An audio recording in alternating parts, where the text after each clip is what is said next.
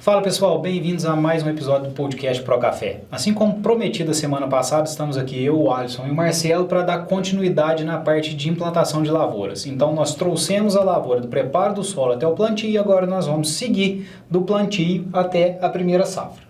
Marcelo, dentro dessa questão de plantio até a primeira safra, tem alguns pontos importantes. Um deles é uma região que venta muito o uso de quebra-vento. Pensando na lavoura já implantada, né, recém-plantada, tem que sempre lembrar, se for uma condição sujeita a vento, lavouras de alta altitude, com alta incidência de vento, a gente tem que estar com esse quebra-vento já instalado quando a lavoura fosse realizar o plantio. Então, muitas vezes a gente trabalha com um milho, ali você coloca ali duas plantas com a plantadeira, duas caixas, próximo uma da outra, ali em torno de 50 centímetros. Ele não incomoda o operacional, até mesmo porque você não vai plantar em todas as linhas, porque não tem essa necessidade. Conforme a incidência do vento, você trabalha ali com a proximidade maior dessas linhas de milho, né? E se for uma condição mais tranquila, você distancia mais essas linhas de milho. A gente sempre faz aí esse semeio logo pós a abertura de sulco, né?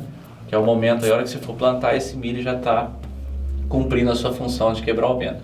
Pode ser milho, pode ser crotalária, entre outras opções aí. Então, você zerando aí essa condição, melhorando a condição de vento, você está evitando a desidratação dessas mudas, porque o vento ele retira a água da folha, e também reduzindo a condição de portas de entrada aí, principalmente para fungos e bactérias, né? Ô Alisson, feito isso e eu plantei, aonde o produtor mais erra a mão no plantio é no controle de mato. E é onde você tem as maiores perdas. Sim. Né? Ele fica preocupado em adubar, ele fica preocupado em fazer um monte de coisa e ele esquece do mato. A preocupação número 1 do produtor é com relação à adubação. Porque o produtor acha que ele vai adubar e vai fazer a lavoura crescer. Então adubou, está tudo certo. Primeira condição para a lavoura nova, mato. A lavoura tem que estar livre de mato. Então, é obrigatória a utilização de pré-emergente. Por quê? Porque quando o mato fica alto, aí ele precisa usar enxada. Ou ele vai usar enxada e causar algum dano na muda e gastar muito dinheiro, ou ele vai usar um herbicida que não vai funcionar e vai causar intoxicação. Então, primeira coisa, lavoura nova, livre de mato. É a primeira, mais importante, disparado. Depois, segundo, praga e doença. A lavoura tem que estar livre de praga e doença. Até mesmo porque tem poucas folhas, né? Nossa, as poucas folhas que tem a gente deixar aí, bicho mineiro, cercosporiose, né? A formiga é o problema número 1 do plantio. Porque a formiga pegou, você praticamente pode substituir a muda, que aquela ali é replantio, né? Toma cuidado também, a praga que acontece muito, principalmente em cereais, onde tirou cereais e pôs café, é lagarta-rosca. Nossa, e faz um estrago. E faz um estrago. E o problema, Marcelo, é que às vezes você não vê a lagarta-rosca a hora que ela está atacando. Você vê a hora que a muda está crescendo, aí ela, tomba. Foi o quê? Lagarta-rosca. Às vezes você vai ver, a muda já está grande. Muda de ano, né? Um ano e meio, né? A lagarta, começa a amarelar, você olha e está roletada, foi lagarta-rosca. Dano causado lá atrás. Né? Lá atrás. A bacteriose, se pegar um microclima favorável, um clima favorável, bacteriose leva de eito. Então, cuidado com praga, cuidado com doença, cercosporiose, cuidado. Em terceiro lugar, muito menos importante, vem a nutrição. Uma muda de café, ela come 1 grama de N nos primeiros 6 meses. 1 grama de N. Então, o que eu sempre falo? Produtor, não se preocupe com quantidade, se preocupe com equilíbrio. Ao passo que está colocando lá altas doses de nitrogênio, altas doses de potássio, naquela mudinha que não precisa de nada, você está adubando mato. Você está adubando você não está adubando nada, a planta só come o que ela precisa para crescer naquele momento, que é pouco. Então, preocupa com equilíbrio, coloca o negócio certinho, nutrição foliar com micronutrientes, Faz o dever de casa com o básico. Mas, primeiro, mato. Segundo, praga e doença. Terceiro, e menos importante nesse momento, nutrição. Pensando nisso, então a gente tem que estabelecer algumas regras, né? Vamos supor, para o mato, regra número 1 é não deixar sair mato. Então, herbicida pré-emergente, todos os cuidados. Para ter a regra aí, é proibido ter capina, né? Vamos dizer assim, porque a capina, quando entra, se tem irrigação, faz o estrago, ela faz a raspa ali próximo à muda, tira o resíduo de adubo do suco, né? Então, e depois do pré-emergente aplicado, Marcelo, escapou algum matinho, aí você vai lá com glifosato, sim, né? Você vai com localizado, né? Você vai com um cletodin, você vai com um cletodin mais clorimuron, você consegue, porque são matinhos que escaparam, não é um mato forrado. Sim, realmente. E pensando também na parte fitossanitária, né? Acho que esses cuidados, eles migram, como o mesmo trabalho que a gente faz no viveiro, de frequência, de pulverização, tem que trazer isso para a fase de pós-plantio, né?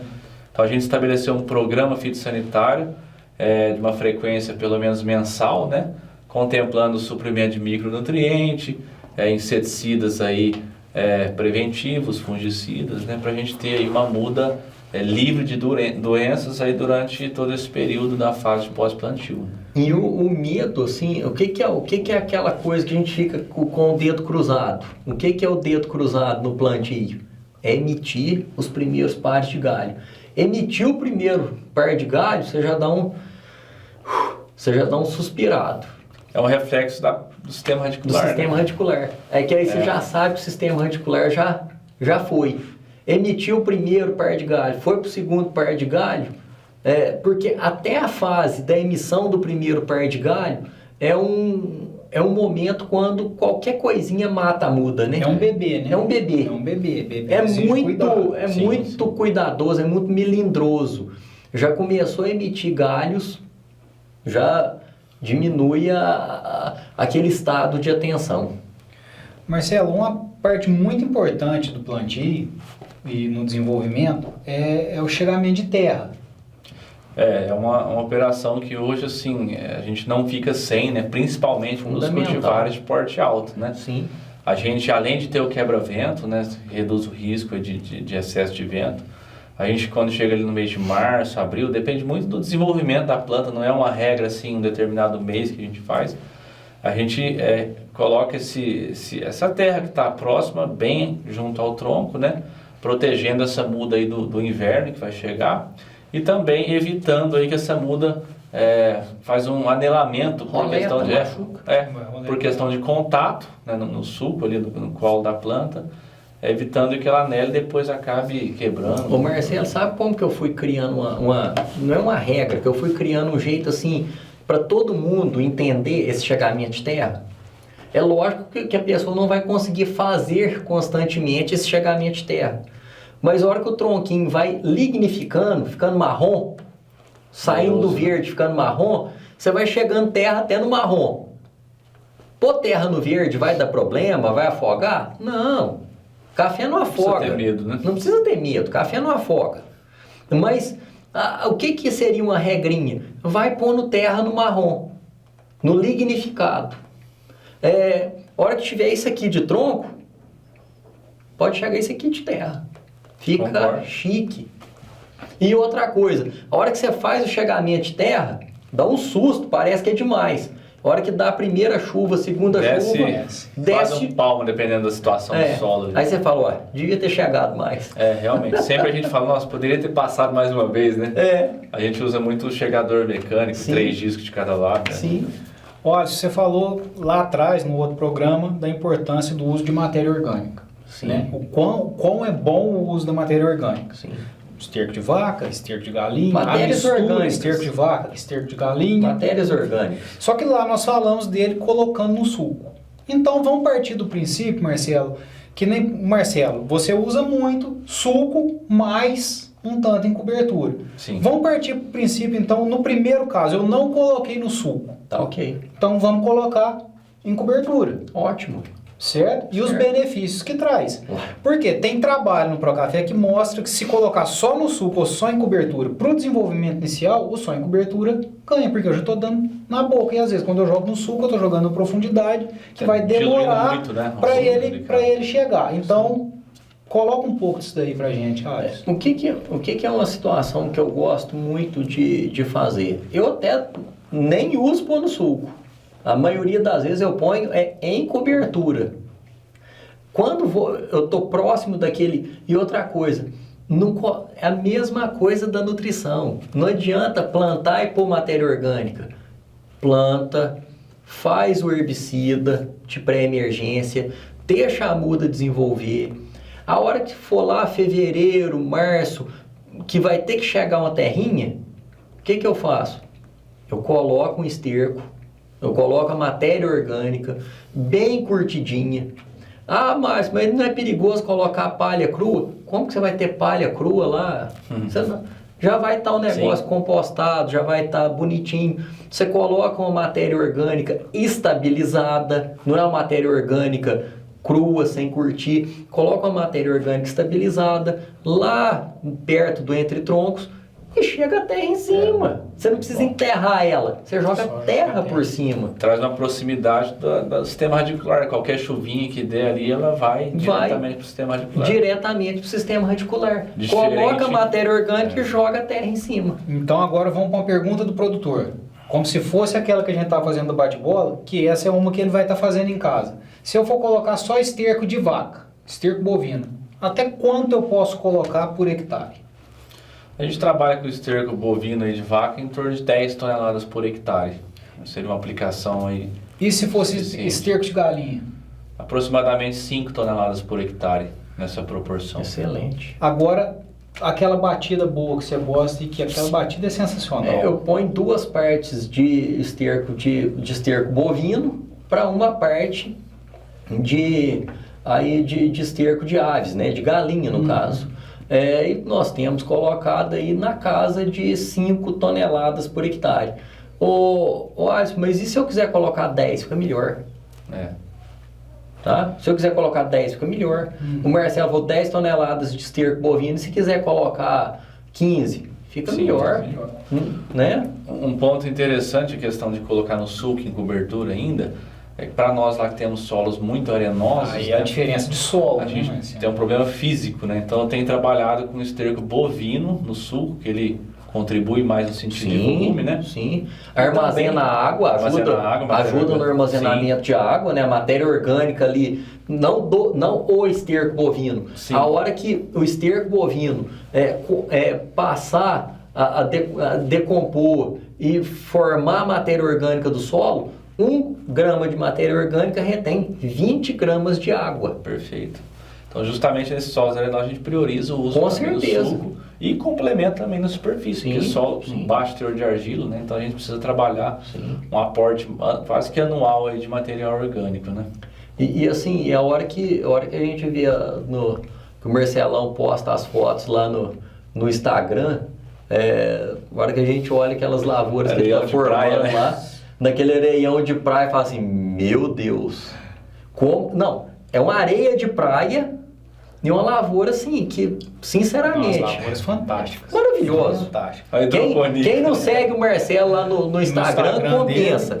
Marcelo Jordão, segue lá, compensa. As lavouras dele põem a gente pra babar. É curso de fotografia. Não. O produtor agora vai estar ali. Tá bom, falou do esterco bovino, falou do esterco de Mas a fotografia tá dando 70 sacos por hectare. Nunca ouvi falar que fotografia faz isso daí, não. O Eninho carrega ele até no colo. Lá. Ei, o Eninho. Lavorado, hein? Ele replica o que a gente orienta, né? Parabéns. Na risca, né? O Eninho é aquele produtor que dá gosto, né, Marcelo? Porque tudo que você pede ele faz e você tem que frear ele ainda. Porque ele ainda pergunta se não pode fazer algo a mais. Então, quem tem um resultado desse, ele não tem um resultado à toa. Ô, Xande, mas interessante do Eninho é isso daí. Não, ele pergunta, ele não faz. E o Marcelo trava e ele fica travado. Respeita. Porque o problema é aquele produtor que você tenta travar, Ele finge que foi travado. Ele finge que foi travado e ainda faz escondido. escondido. Ele pergunta, posso fazer? A gente orienta, fala, ó, tá, ele entende, compreende, não faz, porque os argumentos aí, né, tudo. Então é um produtor que as lavouras respondem, né? Porque segue na risca, busca entender tudo que está sendo feito, né? Então... E em lavoura nova, Marcelo, é importante o produtor entender. Lavoura nova, às vezes, o mais é menos. Com certeza. Né? Por exemplo, tem uma lavoura lá em Biraci, o Mundo Novo, que nós plantamos recentemente. A bacteriose entrou, assim, com quebra-vento, numa situação bem complicada. Nós não fizemos o primeiro parcelamento nela até hoje. A lavoura está preta, não adubou. Então, nesses casos, às vezes, tira o pé da adubação que você vai estar salvando a sua lavoura, né? Sim. Menos é mais, né? O menos é mais. Olha, vamos voltar na questão do adubo, o produtor pode estar se perguntando, tá, mas falou do esterco bovino, falou do esterco de aves, né, da esterco de galinha, e o porquê de um ou de outro, ou o porquê da mistura? Explica de forma rápida aí para eles. O esterco de aves, ele é muito rico, em nutrientes. O esterco de galinha ele vai ter ali 3% de nitrogênio, 3% de fósforo, 2% de potássio, em média, né? E o esterco bovino, não, o esterco bovino é pobre em nutrientes, mas é riquíssimo em matéria orgânica. E micro-organismos, né? E micro-organismos. Os micro-organismos, né? do rumen, né? Então você tem ali o aporte orgânico é do esterco bovino, que vai com material orgânico, que vai com fibras, que vai com lignina, que vai com grande aporte orgânico ali, que vai dar aquela relação CN legal para o negócio, para a mistura. É o esterco bovino que faz isso. E os micro-organismos, bactéria, fungo, que vem de um ruminante. O esterco de galinha dá aquele aporte nutricional. Perfeito. Então, acho que essa é a importância da mistura. Pessoal, então nós falamos do fator número 1 e mais importante, o controle de mato. Número 2, controle de pragas e doenças. Cuidado com, né? E quando a gente fala praga, a gente está falando de formiga também, que é muito preocupante na hora que está no plantio. Falamos dos quebra-ventos, do uso de quebra-vento. Falamos da parte de material orgânico, o uso do material orgânico. Falamos da parte nutricional. Falamos da parte de chegar à terra e tudo e preparar esse café. O que mais vocês gostariam? Primeiro o Marcelo, depois o Alisson. O que mais você faria agora, ou queria deixar para o produtor em mente agora nesse... Eu acho assim, o produtor hoje, para ele ter um plantio de alta performance, vamos falar assim, um plantio de sucesso que vai garantir aquelas 50, 60, 70 sacas na primeira safra, ele tem que ter um nível de observação maior, assim, mais macro, né? Entender o que foi antes, era café? Não era? Tem nematóide? Não tem? Como está a fertilidade desse solo, né?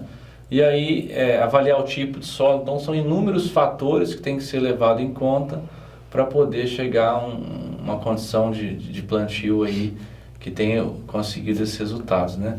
Então, a gente precisa, às vezes, parar um pouco dessa... minha receita de suco de plantio é termofosfato com bastante zinco. E se ele for para uma área que o zinco está alto?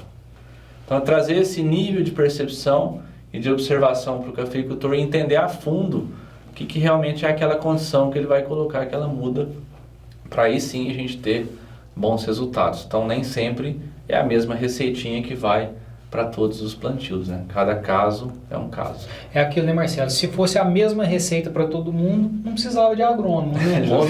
Ele não precisava. Vamos replicar aqui uma receita de boa. É a regra, pronto, acabou. E acabou. Isso para dar errado, é uma coisa de louco. Né? Sem contar a variedade certa para o local que vocês já discutiram em outros podcasts. Então, assim, é uma visão realmente macro de todas as condições para você chegar no sucesso de um plantio. Né? Sim. Alisson, complementa pra gente. É um negócio assim muito simples, o que eu vou falar aqui, mas simples ao ponto de assustar, mas que é pouco feito. Lavoura nova precisa de olho. Precisa de olho. Não é um negócio que você pode voltar nela uma vez por semana. É um negócio que não quer dizer que tem que ser o engenheiro agrônomo, Mas tem que ter olho, uma pessoa observando, uma pessoa que entenda, Malícia, né? que tenha malícia do negócio, que entenda, que observe. Na lavoura nova, cada dia é um dia. Então, o que eu faço nas minhas? Eu vou na lavoura nova pelo menos 3 vezes por semana. E olho. E o que acontece? É detalhe? Não. São coisas básicas. Coisas assim, grandes, coisas macro. Que você observa, que através de observação, você... Alisson, mas isso é você. Não. Qualquer pessoa. Sim. O próprio produtor. Ele não precisa saber o que está acontecendo. Ele precisa ver que tem algo diferente. Muitas vezes ele que reporta, né? Pronto. Hoje com o WhatsApp, WhatsApp, né, Marcelo? Hoje com o WhatsApp tem um negócio diferente aqui acontecendo.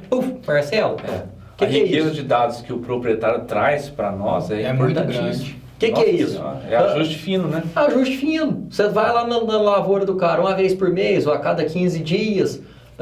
Mas ele te mandou uma foto ali, ele te mandou um vídeo de alguma coisa diferente que está acontecendo na lavoura.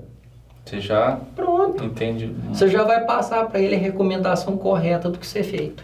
Pessoal, então é isso que a gente tinha para passar. Em suma, lavoura nova exige cuidado, exige dedicação, mas sempre falando, a gente vai repetir, né, Alisson? É o básico. O básico bem feito é o que dá resultado. Sim. É o básico, é o cuidado, é o estar lá que você acabou de falar, olhando a sua lavoura, vendo se tem algo acontecendo, alguma coisa diferente, contato direto entre o produtor e o agrônomo que dá assistência. Isso é a chave do sucesso e não tem muito o que inventar. O simples funciona, sempre funcionou e sempre vai funcionar. Pessoal, dando continuidade a esse episódio, e agora nesse final sem o Marcelo, nós tivemos algumas perguntas de cafeicultura de montanha. Então, nós vamos aqui agora responder essas perguntas de uma maneira breve. Por quê? Porque 90% do que foi passado, Alisson, serve para tudo. Serve para tudo. O que é que vai mudar nessa cafeicultura? É só detalhe. São detalhes, por exemplo, de não ter o revolvimento do solo. Sim. E da abertura de covas, certo? Então, só para te dar um exemplo, por exemplo, o Eric Miranda traz uma segunda parte visando a cafeicultura de montanha, onde são feitas covas com perfurador de solo e fica difícil o arado. Realmente, fica difícil o arado, perfurador de solo já veio para facilitar demais, né? Sim. Ramon Franco também queria saber de cafeicultura de montanha. Então, em cima disso, Alisson, a principal pergunta deles que fica aqui não tem jeito de ter o revolvimento? Não. Tá? Então, mudaria a forma de tirar a análise de solo? A forma de tirar a análise de solo, se for uma cafeicultura de montanha, onde vai iniciar a cafeicultura de montanha, nós teríamos que tirar essa análise de solo, onde? Na área total, caminhando em zigue-zague, mas de uma forma a representar a área de maneira homogênea. Ou seja, não muda. Não muda. O mesmo padrão. É o mesmo padrão. Se for para implantar uma lavoura em renovação na montanha, também não muda. Você vai ter que tirar da mesma forma, na linha e no meio da rua. É a mesma situação. Você não vai ter o revolvimento de solo, mas você precisa de ter os dois parâmetros para você saber até prever alguns problemas que você possa ter no futuro. Sim, Ainda mais por quê? Porque na maioria das vezes, o que você vai fazer? Você vai pegar e vai colocar pelo menos a primeira linha, né? A primeira demarcação no meio da rua. Você não vai usar aonde estava o pé antigo. Você vai usar o meio da rua. E dali você vai descer o 3,20. Vai depender se ele vai continuar, né, Xande, com o mesmo espaçamento, né? Porque se não for, igual você falou, a primeira rua... Só a primeira. Só a primeira. E depois você vai descer na marcação nova sua. E muitas vezes vai coincidir. Sim. E aí você... Agora, um erro tremendo que o pessoal na cafeicultura de montanha faz eu fiz. Eu não, né? Na verdade, foi meu pai que fez, mas eu estava lá, novo, junto, então, tô junto, morro abaixo. Não. Mas a curva de nível é perto. É perto, mas morro abaixo não, gente. Toda nutrição, tudo que você faz, tá... No plano ondulado, Já dá errado. Já dá problema. Já dá errado. Então, Imagina, na montanha, esquece. Esquece. Na montanha, você tem que fazer realmente no sentido de curva, né? Da curva de nível. Curva de nível. E aí cai no outro detalhe que foi como a gente disse, pessoal, são só 2 detalhes. Esse do alinhamento e abertura, que você não vai trabalhar com sulco, você vai trabalhar com cova. E aí, vamos lá. Por que o sulco é bom quando a gente pensa, Alisson, na cafeicultura mecanizada? Porque eu abro o sulco, eu passo um subsolador. Distribui melhor, revolve melhor. Então eu tenho aquela descompactação de uma área grande para esse crescimento da raiz. Sim. E se eu pensar na montanha, vier com perfurador, com a cavadeirinha e fizer uma covinha pequena, eu não estou facilitando o crescimento radicular meu. Sim. Então o importante é o quê? Vão abrir uma cova, seja com perfurador, seja na cavadeira, mas maior. O maior possível. Quanto maior, melhor. O que eu estou fazendo na propriedade que eu assisto montanha, Alisson? 40 por 40. Então ele pega, abre, deixa aquela boca com um diâmetro de 40, desce uns 40 centímetros, tira aquela terra, e aí aquilo que eu ia ter que jogar no sulco é o que eu vou jogar naquela terra de preparo da cova. E aí se eu for colocar esterco, ela vai entrar ali naquela terra. Se eu for colocar um super simples ou um outro fosfatado, vai ali. Se eu for colocar uma parcela do meu calcário... em quantidades proporcionais. Não é a dose do sulco. Não. É em quantidades proporcionais na cova. Eu vou colocar X 200 gramas de calcário por metro. Eu vou colocar, se eu vou plantar em meio metro, 100 gramas por cova. 100 gramas por cova. Se eu vou colocar 400 gramas de super simples por metro, eu vou colocar 200 gramas por cova. Bem misturadinho, devolve aquela terra para a cova e aí depois eu venho com a minha muda. Isso. Então não tem muita coisa. Não tem segredo. Controle de mato tem que ser bem feito da mesma forma. Não, Xande, até melhor, né? Porque... É mais difícil, né? É mais difícil. Então, vamos dizer, se der errado o controle de mato numa lavoura mecanizada, é fácil de resolver. Numa lavoura inclinada manual, é muito mais difícil de resolver. Então, nutrição, o restante, pessoal, tudo segue a mesma linha. O que muda? Que muitas vezes, ao invés de fazer gramas por metro, o agrônomo seu que vai recomendar, ele vai fazer em gramas por cova, por planta. Tá? Sendo que na formação, naquele estágio inicial, os 6 primeiros meses, até chegar em 1 ano da lavoura, a gente também pensa em planta e não em metro, porque o sistema radicular nosso não está ali. Toda recomendação de adubação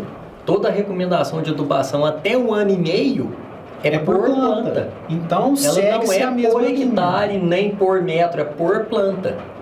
Pessoal, era isso que a gente tinha para passar para vocês da diferença da cafeicultura de montanha para a cafeicultura mecanizada. A gente queria agradecer eu e o Alisson, o Marcelo, que esteve na primeira parte desse programa, falando mais da cafeicultura mecanizada. Era isso que a gente tinha para falar para vocês e acompanhe os próximos episódios do nosso podcast Fundação Pro Café. Até mais, pessoal. Até a próxima.